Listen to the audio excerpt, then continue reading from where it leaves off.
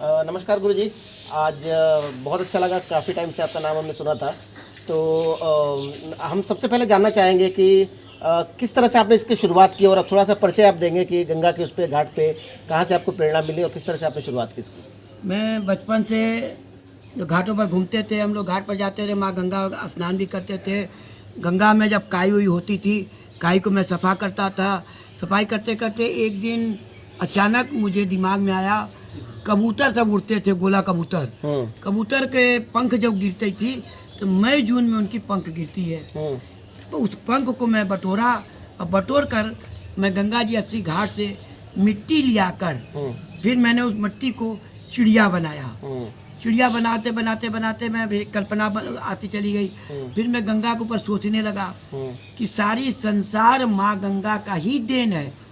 धर्म के आधार पर हमारी जो संस्कृति है, पूरी देश हमारी गंगा के ऊपर ही चलती है। हमारी ये संस्कृति है। मैं माँ गंगा के जो घाटों पर देखते रहे, कोई दतवन कर रहा है, कोई उधर थूक दे रहा है, कोई गंगा में गंदा फेंक रहा है, कोई कुछ कर रहा है।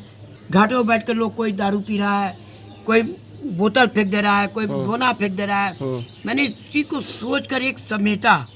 समेटने के बाद एक नाटक बनाया, गंगा मैया तोरे दुअरवा।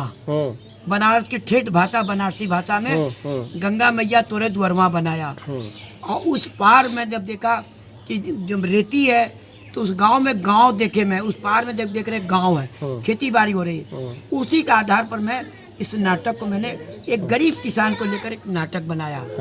माँ गंगा हमारी क्या है, हमारी माँ गंगा की क्या विषय है, और हमारी धर्म क्या है। माँ गंगा से पूरी विश्व जो क्या आते हैं, विश्व से लोग आते हैं, गंगा को नमन करते हैं। मैंने उस पर गंगा पर ही करते करते करते मैं आज फिर जब देखे शादी विवाह में लोग कार्ड फेंक दे रहे हैं, घर से कूड़ा लिया के फेंक रहे हैं, कोई कुछ कर रहा है, तो मैं उसको खरीद करते थे। गंगा जब भी नहाने जाते थे, कुछ न कुछ बटोरते थे। बटोर कर ले आकर मैं मैरिज कार्ड देखते थे, उसको ले आकर मैंने पहले सैंडल, चप्पल, जूता, जो मैं कार्ड का जो साइड में होता था उसको कटिंग करके बनाता था।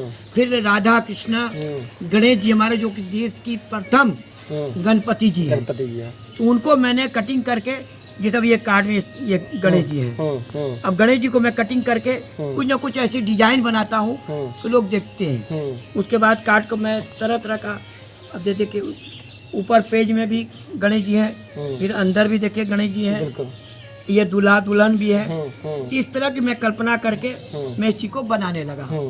और त्योहारों के हिसाब से भी आप, जैसे रामनवमी के हिसाब से, जन्माष्टमी के हिसाब से भी अलग से आप कार्ड। हाँ, तो रामनवमी का जैसे रामनवमी है, तो रामनवमी पर मैं उसी प्रकार से रामचंद्र जी का, जिसे वन जाते हुए या नाव खेते हुए उस गंगा उस पार जाने के लिए जैसे भी हो, उनको भगवान का मैंने देखा।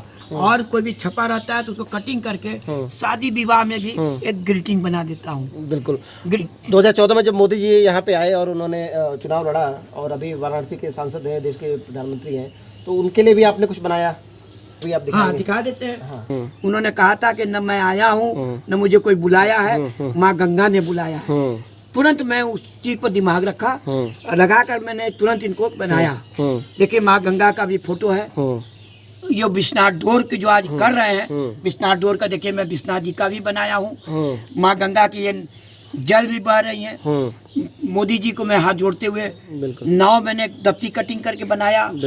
शादी के कार्ड में से ये जो उसमें डिजाइन लगाए हैं, ये शादी के कार्ड का कटिंग करके फूल का डिजाइन लगाया। मोदी जी हाथ जोड़ रहे हैं। कोई पत्रिका फाड़ कर फेंका था, पत्रिका के ये वाराणसी का पूरा सीन मैंने लगाया।